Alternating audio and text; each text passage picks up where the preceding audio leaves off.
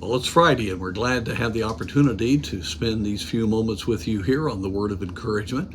I'd like to go to the Psalms today. As you know, David and the other psalmists went through many different crises in their life. The spiritual battle was as real then as it is now. And the question comes up in Psalm 120, "In my distress I cried unto the Lord, and he heard me. Deliver my soul, O Lord, from lying lips and from a deceitful tongue. What shall be given unto thee, or what shall be done unto thee, thou false tongue?" I think we all would agree one of the hardest things that we're facing today is to see all of the untruth that's being propagated, how things are twisted, how hard it is to trust officials, how hard it is to trust the media today. It's just a difficult time. Everybody talks about disinformation, but even that is twisted when that's talked about. And many of believers finding themselves paralyzed by frustration.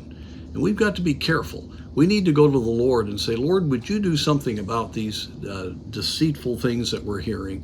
It's especially hard, of course, in the case here. It was directly against the psalmist. And it might at times, you may have lying tongue on the job because of your testimony, or you may have deceitful things said against you because of your stand for the Lord. But whether it's outside of you or towards you, we can go to the Lord. And these psalms which are connected, we find in Psalm 121:1, "I will lift up mine eyes unto the hills, from whence cometh my help. My help cometh from the Lord, which made heaven and earth. He will not suffer thy foot to be moved. He that keepeth thee will not slumber." Listen, God doesn't miss a thing. He knows all the falsehoods that are out there. He called Satan a liar when he was here on this earth. He knows about that. That's why in the 10 Commandments it says, "Thou shalt not bear false witness." He hates that. He hates a lying tongue. It's an abomination to him. God knows. And how important it is that we're truthful and that we keep the right spirit. And when these things happen, let's do exactly what the psalmist said. Instead of looking at those people, remember it's a spiritual battle.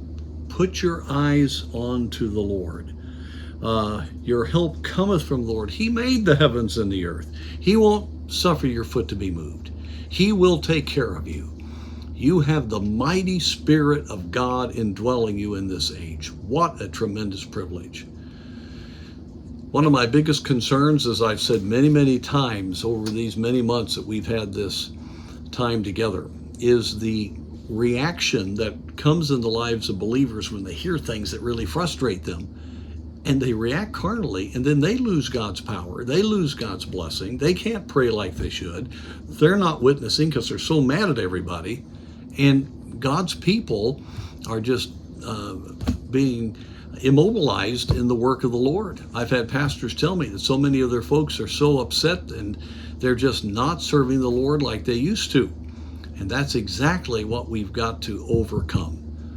Let's look to the Lord. That's where our help cometh. God will give us grace. And let's let God give us that peace that passeth all understanding. God will take the worst things and bring it to great good if we will trust him and not react and let God have his way in our lives.